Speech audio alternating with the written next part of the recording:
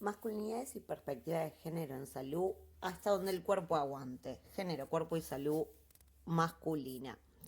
Este texto de Benno de Keyser, perdón si la pronunciación no es correcta, pretende dar un amplio panorama de investigaciones y proyectos aplicados en los que se articula el género con la salud. El panorama se vincula con la experiencia y las lecciones aprendidas en el trabajo con varones por salud y género desde 1990.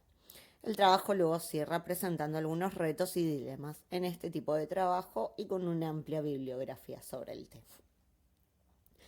El texto comienza hablando de los estudios en torno a las masculinidades. Son un campo muy reciente dentro de los estudios de género. Si bien los hombres siempre ha estado presente en gran parte de la bibliografía feminista en calidad de miembro del patriarcado, es solo hace muy poco que se genera una corriente orientada a entender a los hombres desde su situación y condición de género. Algunos de los autores más relevantes dan cuenta de la construcción social de la masculinidad y de la emergencia de una masculinidad hegemónica que no solo oprime a las mujeres, sino a otras masculinidades subordinadas. Asimismo, no es posible entender estos estudios sin los antecedentes del feminismo, tanto político como académico. Otro antecedente de importancia es el desarrollo de los llamados estudios gay, que son representativos a preguntarse sobre su identidad y a romper con la masculinidad hegemónica. Los varones desde una perspectiva de género. Por género entiendo, dice el autor, una serie de atributos y funciones que van más allá de lo biológico reproductivo, construidos social y culturalmente y que son adjudicados a los sexos para justificar diferencias y relaciones de opresión entre los mismos. El género se interioriza a través de la socialización entendida como un complejo y detallado proceso cultural de incorporación de formas de representarse, valorar y actuar en el mundo. Como bien señala Carmen Sáez, este proceso no ocurre solo durante la infancia y la adolescencia, sino a lo largo del ciclo de la vida. La masculinidad sería entonces un conjunto de atributos, valores, funciones y conductas que se suponen esenciales al varón en una cultura determinada.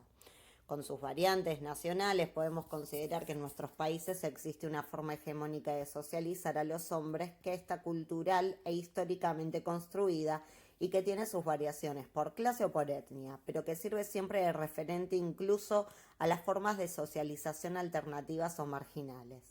Estas características se incorporan porque aparecen como y son ventajosas dentro de las relaciones de poder entre géneros y no son asignadas desde pequeños a través de diversas redes e instituciones.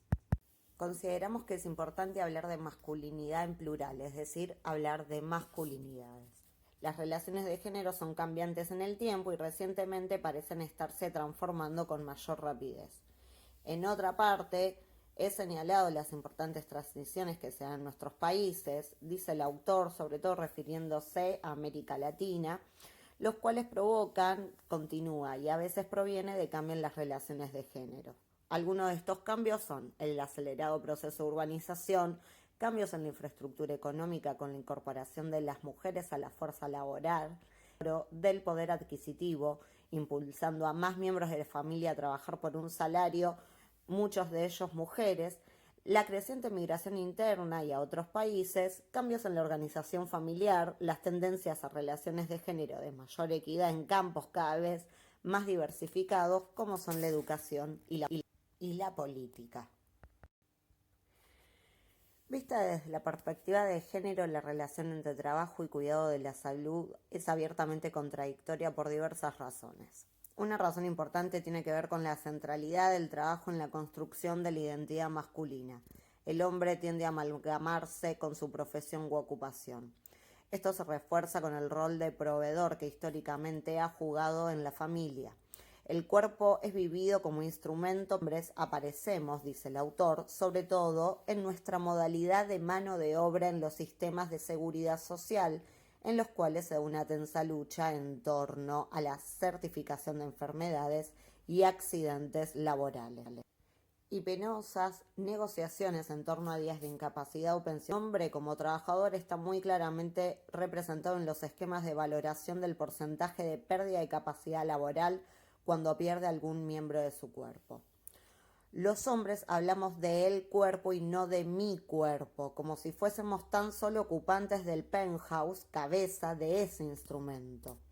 El instrumento podría ser de los sectores subalternos en donde el trabajo y la fuerza corporal son centrales para la sobrevivencia. En la misma dirección, otros que cuidan su cuerpo, llevándolo muchas veces a extremos, son los físico-culturistas, cuyos apéndices presentan crecientes problemas de desgarros y peor aún hernia de discos, sin contar de los efectos crónicos de sustancias como los anabólicos. Una de las formas en que los hombres utilizamos el cuerpo es en el espacio del deporte. El autor nos dice como conclusión inicial, la salud y el autocuidado no juegan un rol central en la construcción de la identidad masculina. Revisemos ahora el eje contrario, la forma en que la identidad masculina influye en la salud, no solo de los hombres. Bueno, el autor continúa y nos dice que para entender las consecuencias de la socialización masculina le ha sido útil el concepto del varón como factor de riesgo, como un eje en el trabajo sobre la masculinidad, su construcción social y la forma en que afecta la vida de Kaufman. El varón puede ser factor de riesgo en al menos 3 sentidos. Se trata de un enfoque crítico que muestra las diversas formas de daño hacia la mujer y a niños y a través de los diversos tipos de violencia y abuso, la fecundidad impuesta, la paternidad ausente. Entre hombres, por medio de accidentes, homicidios, lesiones. Y para el hombre mismo, mediante el suicidio, el alcoholismo y otras adicciones, así como las enfermedades psicosomáticas. Podemos incluir aquí las diversas formas del descuido del cuerpo. Garduño enfatiza las grandes diferencias existentes en las muertes violentas al juntar homicidios, accidentes o suicidios, encontrándose con una tasa de 6 a casi 9 veces mayores, dependiendo del grupo de edad, que las de mujeres en el contexto mexicano. A concluir, la ausencia de los hombres en los espacios de salud. La ausencia del varón, su invisibilidad, tiene que ver con las maneras en que se estructura la identidad de género masculino y sus contenidos, no solo a nivel individual o colectivo, sino también de los propios servicios de salud. En los hombres está especialmente presente la noción de invulnerabilidad. A los varones nunca les pasa nada, la búsqueda de riesgo como un valor de la propia cultura, reforzado por los medios masivos, especialmente en los hombres jóvenes. La creencia de que la sexualidad de los hombres es instintiva y por lo tanto es incontrolado, y por lo tanto, y de poco serviría tratar de normarla, encauzarla o de socializar a los varones en conductas preventivas a través de los servicios de salud. Lo anterior se ve fortalecido con las dificultades que tienen los varones de verbalizar sus necesidades de salud.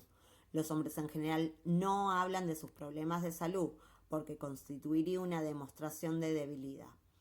Ello denota una feminización de la noción de cuidado de la salud, la imagen que tienen los hombres de los servicios de salud, según un estudio reciente, es que estos son para ancianos, mujeres, niñas o para enfermos. Y los varones consideran que no caen en ninguna de esas categorías, por lo tanto, les son ajenos.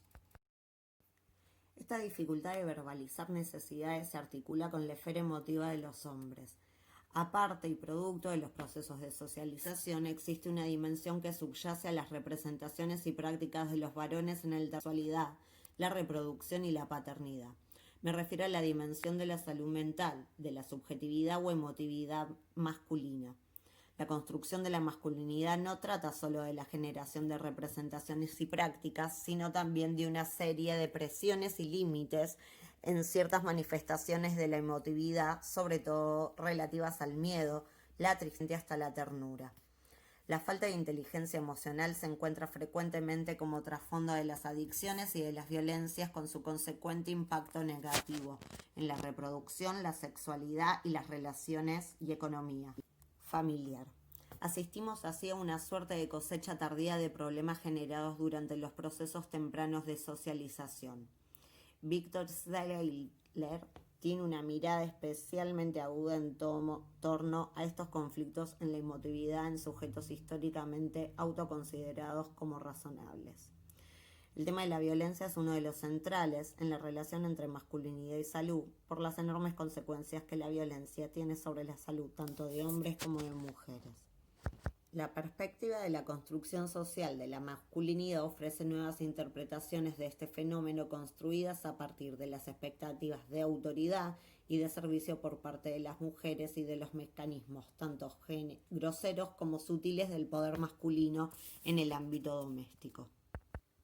La sexualidad es definitivamente otro campo central en la comprensión de las identidades masculinas con repercusiones diversas en la salud.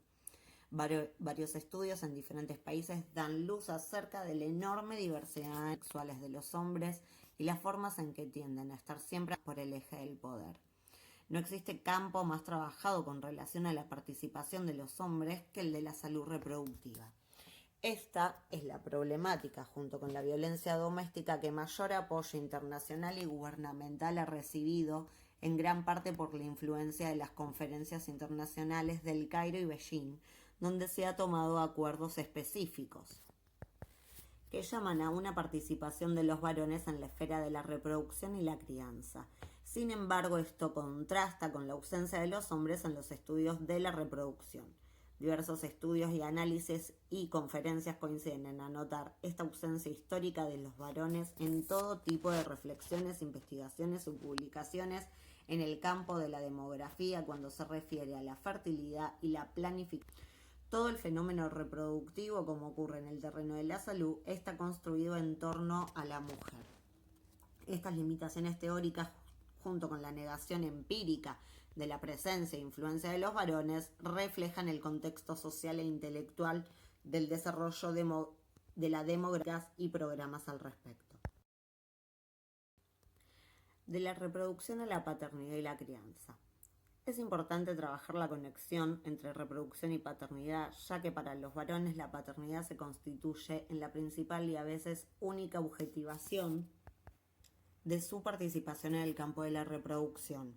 Al igual que con la masculinidad, una primera observación que podemos hacer es que más que hablar de paternidades como un tipo de relación universal y predeterminada de los hombres con sus hijos e hijas, habría que hablar de paternidades en plural, porque hay formas bastante diversas de ejercerla. La paternidad es una posición y función que incluye lo biológico, pero claramente lo rebasa y que va cambiando históricamente, teniendo también notables variaciones en las clases sociales y etnias de un mismo país. Tiene asimismo especificidades de acuerdo con nuestra particular historia de vida y significados distintos a lo largo del ciclo de relación de un mismo hombre con sus hijos e hijas. Aparte de las evidencias diferencias en las formas de ser padre, existen dimensiones más ocultas en el ámbito de la paternidad. Una que es relativamente desconocida se refiere a la vivencia que tienen los hombres. El rescate de esta vivencia puede darnos claves para lograr una paternidad más cercana y equitativa. Sobre este punto profundiza Jablonski cuando hace un seguimiento no solo de varios tipos de relación padre-hijo, sino de la forma en que esta relación evoluciona desde la infancia hasta la etapa adulta, pasando por la adolescencia. Figueroa profundiza en la vivencia subjetiva proponiendo la noción de la soledad en la paternidad, la cual ha encontrado eco en muchos hombres y mujeres. Plantea que hay muchos elementos de la paternidad que no asociamos como parte de la misma y que por lo tanto no percibimos, que nos faltan y por lo mismo no sentimos pesar ni melancolía por ellos. Creo que muchas veces, dice el autor, de manera inconsciente, involuntaria y aprendida hemos ido generando un modelo de paternidad que nos desliga de dimensiones que son parte de la paternidad. Lo planteado hasta ahora puede permitir pensar en la posibilidad y necesidad de una política de salud que aborde la especificidad de lo masculino en nuestros países. Esto probablemente aparezca como políticamente incorrecto cuando nuestros gobiernos apenas empiezan a aplicar la perspectiva de género a los programas dirigidos a las mujeres. Sin embargo, la perspectiva planteada de atender los problemas señalados tendrá no solo efectos sobre la salud masculina, sino también sobre la femenina. Por ejemplo, al disminuir los efectos de una muerte temprana en la familia, los estragos del alcohol y otras drogas, o el grave impacto de la violencia en sus diferentes formas. ¿Qué hay de específico como programas para los hombres en México? En México, cuenta el autor, que tienen hasta ese momento el relativamente recién nacional de vasectomía. Y también, muy al momento, la emergencia del interés y una creciente información sobre los problemas prostáticos. Bien, luego el autor, ya pasando a la última parte, resalta experiencias de trabajos con hombres en proceso, algunas lecciones desde el campo.